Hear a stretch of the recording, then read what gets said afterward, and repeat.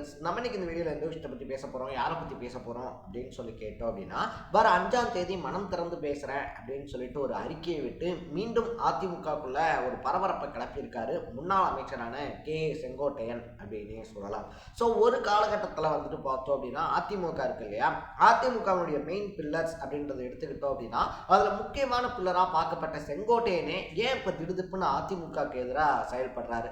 அதை தாண்டி வந்துட்டு பார்த்தோம் அப்படின்னா முதலமைச்சர் பதவி தன்னை தேடி வந்த போது கூட எனக்கு பதவி தேவை கிடையாது, கட்சிக்கு நான் விசுவாசமா இருப்பேன் அப்படின்னு சொல்லி சொன்னவர் இப்ப ஏன் திடுதிப்புன்னு வந்துட்டு இப்படி உணர்ச்சி பொங்க பேசிக்கிட்டு இருக்காரு அப்படின்றது எல்லார் மத்தியிலுமே ஒரு கேள்விக்குரிய எழுப்பி இருக்கு அப்படின்னே சொல்லலாம். ஸோ என்னதான் நடக்குது அதிமுகக்குள்ள, அதை தாண்டி வந்துட்டு எடப்பாடி பழனிசாமிக்கும் செங்கோட்டையன் இருக்கார் இல்லையா, அவங்க ரெண்டு பேர்த்துக்கும் இவ்வளோ பெரிய பனிப்போர் அப்படின்றது உருவாகிறதுக்கு என்ன காரணம்? இன்னும் சொல்ல போனோம் அப்படின்னா பழனிசாமி இருக்கார் இல்லையா, அவரை பார்த்து அரசியலுக்குள்ள கொண்டு வந்ததே செங்கோட்டையன் தான் அப்படின்ற ஒரு பேச்சும் அடிபட்டுக்கிட்டு தான் இருக்கு. ஸோ இப்படி வந்துட்டு பார்த்தோம் அப்படின்னா ஒரே ஊர் பகுதியை சார்ந்தவர்கள், ஒரே சமுதாயத்தை சார்ந்தவர்கள் அப்படின்னு சொல்லப்படுது. இதை தாண்டி வந்துட்டு பார்த்தோம் அப்படின்னா எடப்பாடி பழனிசாமி வந்து முதலமைச்சரானப்ப செங்கோட்டையனுக்கு எக்கச்சக்கமான ஃபேவர் இருக்கிறதுக்கான வாய்ப்புகள் இருக்கு அப்படின்னு பேசப்பட்டிருந்துச்சு. ஸோ ஓஹோன்னு இருந்த நட்பு ஏன் இப்படி எல்லாரும் பார்க்கபடியா ஐயோ என்னடா இப்படி ஆயிப்போச்சு அப்படின்னு சொல்லி பாவம் கொட்டக்கூடிய அளவுக்கு ஆச்சு அப்படின்ற மாதிரி பல விஷயங்களை தான் இந்த வீடியோவில் நம்ம பேச போகிறோம். அதுக்கு முன்னாடி நம்ம சேனலுக்கு நீங்கள் புதுசாக வந்திருந்தீங்க அப்படின்னா இதே மாதிரி அப்பப்போ அப்டேட்டாக போயிட்டு இருக்கக்கூடிய விஷயங்கள், அது கரண்ட் அஃபேர்ஸாக இருந்தாலும் சரி, பாலிடிக்ஸாக இருந்தாலும் சரி, ஸ்போர்ட்ஸாக இருந்தாலும் சரி, அப்பப்போ அப்டேட்டாக போயிட்டு இருக்கக்கூடிய விஷயங்களை நீங்கள் தொடர்ந்து தெரிஞ்சுக்கணும் அப்படின்னு ஆசைப்பட்டீங்கன்னா மறக்காம சேனலை ஃபாலோ பண்ணி சப்ஸ்கிரைப் பண்ணிக்கோங்க. ஃபர்ஸ்ட் ஆஃப் ஆல் வந்துட்டு பார்த்தோம் அப்படின்னா இந்த பிரச்சனையுடைய ஆரம்ப புள்ளி அப்படின்றது கிட்டத்தட்ட ஒரு 6 மாதத்துக்கு முன்னாடி எக்ஸாக்டாக பார்த்தோம் அப்படின்னா பிப்ரவரி மாதத்தில் அப்படின்னே சொல்லலாம். ஏன்னா அப்போ அன்னூர் பகுதி இருக்கு இல்லையா, அன்னூர் பகுதியில் வந்துட்டு பார்த்தோம் அப்படின்னா இந்த அத்திக்கடவு அவிநாசி திட்டம் அப்படின்றது நிறைவேறினதுனால எடப்பாடி பழனிசாமி அவர்களுக்கு பாராட்டு விழா அப்படின்றது வந்துட்டு வச்சுருந்தாங்க. அந்த பாராட்டு விழாவை பார்த்தோம் அப்படின்னா செங்கோட்டையன் புறக்கணிச்சிருந்தாரு அப்படின்னு தான் சொல்லணும். இது அப்பயே ரொம்ப பெரிய அதிர்வலைகளை ஏற்படுத்தி இருந்துச்சு. ஏன் நீங்கள் வந்துட்டு புறக்கணிச்சிங்க அப்படின்னு சொல்லி காரணம் கேட்கும்போது அதில் ஜெயலலிதா ஃபோட்டோவோ எம்ஜிஆர் ஃபோட்டோவோ வந்துட்டு இல்லை, என்னுடைய தலைவர்கள்னா வந்துட்டு அவங்க தான், அவங்களுடைய ஃபோட்டோ இல்லாததுனால வந்துட்டு நான் அந்த கூட்டத்தில் பங்கேற்கல அப்படின்னு வந்துட்டு சொல்லியிருந்தாரு.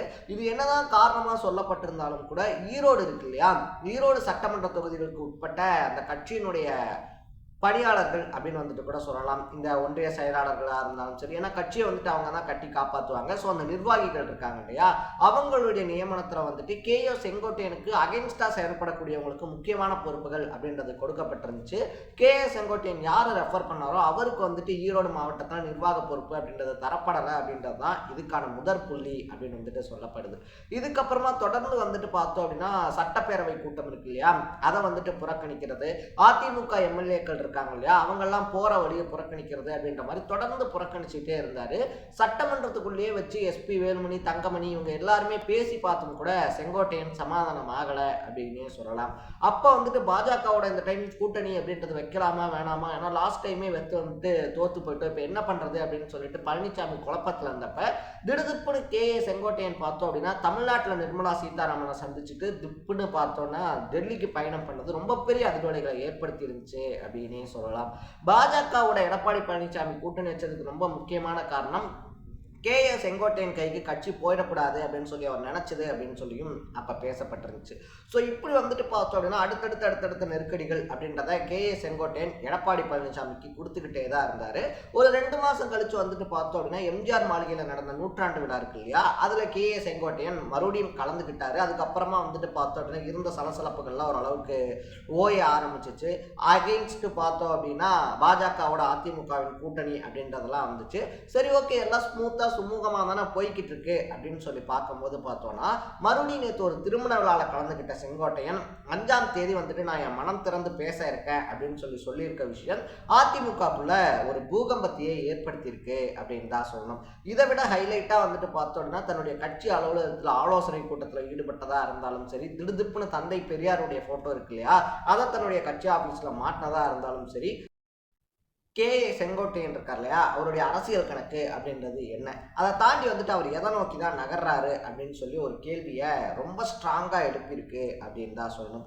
இத்தனைக்குமே வந்துட்டு பார்த்தோம் அப்படின்னா செங்கோட்டையன் இருக்கார் இல்லையா, செங்கோட்டையன் வந்துட்டு அதிமுகவுக்கு பக்கபலமா தூணா இருந்த ஒருத்தர் வந்துட்டு திருதுப்புனி ஏன் இவ்வளோ பெரிய பிரச்சனைகளை பண்றாரு அப்படின்னு சொல்லி கேட்டப்ப அவர் சைட்ல இருந்து வைக்கப்பட்ட கோரிக்கை அப்படின்னு சொல்லிட்டு உலாவர விஷயம் என்ன அப்படின்னா சசிகலா, தினகரன், ஓபிஎஸ் இவங்கெல்லாம் இருக்காங்க இல்லையா அவங்களெல்லாம் மறுபடியும் கட்சியில இணைச்சு கட்சியை கட்சியை வந்துட்டு மேம்படுத்துறதுக்கான வழி அப்படின்றத நம்ம பார்க்கணும். ஏன்னா வரக்கூடிய தேர்தல் அப்படின்றது இருக்கு இல்லையா, அதிமுக 3ஆம் இடத்துக்கு போறதுக்கான ரொம்ப பெரிய ஒரு அச்சம் அப்படின்றது வந்துட்டு இருந்துகிட்டு இருக்கு. தாவேக்காவுடைய எழுச்சி அப்படின்றதும் இருக்கு.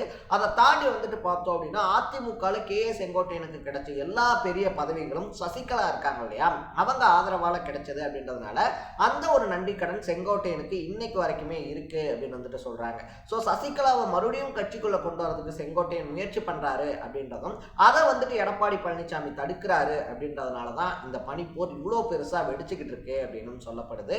இது எல்லாத்தையுமே தாண்டி ஜெயலலிதா காலகட்டங்கள்ல இருந்தே பார்த்தோம் அப்படின்னா ஒருத்தர் கட்சியில இருந்து ஒதுக்குறதும், அவங்களுடைய தவறை மன்னிச்சதுக்கு அப்புறமா மறுபடியும் அவங்களை கட்சியில சேர்க்கிறது அப்படின்றது எல்லா கட்சியிலுமே வாடிக்கையா இருக்கக்கூடிய ஒரு விஷயம் தான். தன்னுடைய விடாப்பிடிக்காக தன்னுடைய பதவி வந்துட்டு போயிருமோ அப்படின்ற பயத்தினால வந்துட்டு எடப்பாடி பழனிசாமி பண்றது சரியில்லை அப்படின்றதுதான் செங்கோட்டையன் உட்பட பல முன்னாள் முக்கிய அமைச்சர்கள் எல்லாருமே நினைக்கிற விஷயமா இருக்கு அப்படின்னு சொல்லலாம். ஸோ யார் என்ன நினைச்சாலும் எடப்பாடி பழனிசாமி அதுக்கு அசைஞ்சு கொடுக்க மாட்டாரு அப்படின்றது கட்சியினுடைய மூத்த முன்னாள் அமைச்சர்கள் இருக்காங்க இல்லையா, அவங்க உட்பட பலருக்குமே இன்னைய வரைக்கும் அதிருப்தியை ஏற்படுத்திக்கிட்டு தான் இருக்கு. அதை தாண்டி வந்துட்டு பார்த்தோம் அப்படின்னா கட்சியில செங்கோட்டையனுக்கான முக்கியத்துவம் அப்படின்றது குறைக்கப்பட்டிருக்கு அப்படின்னு சொல்லப்படுது.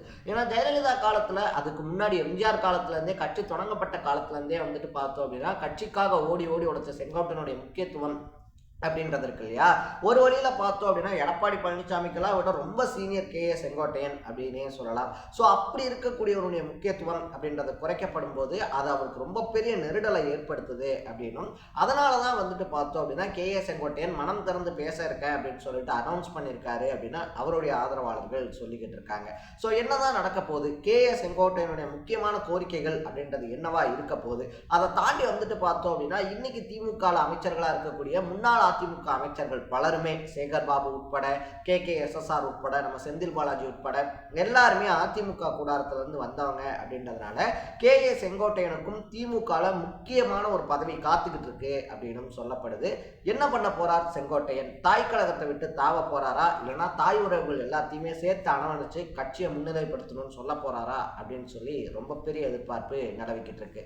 நீங்க என்ன நினைக்கிறீங்க, செங்கோட்டையன் இந்த விஷயத்தை தான் முன்னிலைப்படுத்த போறாருன்னு சொல்லி உங்களுடைய பாயிண்ட் ஆஃப் வியூல இருந்து என்ன தோணுதுன்றதை கமெண்ட்ல போட்டு, இதே மாதிரி அப்பப்போ அப்டேட்டா போயிட்டு இருக்கக்கூடிய விஷயங்கள், அது கரண்ட் அஃபேர்ஸா இருந்தாலும் சரி, பாலிடிக்ஸா இருந்தாலும் சரி, ஸ்போர்ட்ஸா இருந்தாலும் சரி, அப்பப்போ அப்டேட்டா போயிட்டு இருக்கக்கூடிய விஷயங்களை நீங்க தொடர்ந்து தெரிஞ்சுக்கணும் அப்படின்னு ஆசைப்பட்டீங்கன்னா மறக்காம சேனலை ஃபாலோ அண்ட் சப்ஸ்கிரைப் பண்ணிக்கோங்க. நாளைக்கு இதே மாதிரி ஒரு இன்ட்ரெஸ்டிங்கான வீடியோட சந்திக்கலாம். Bye by.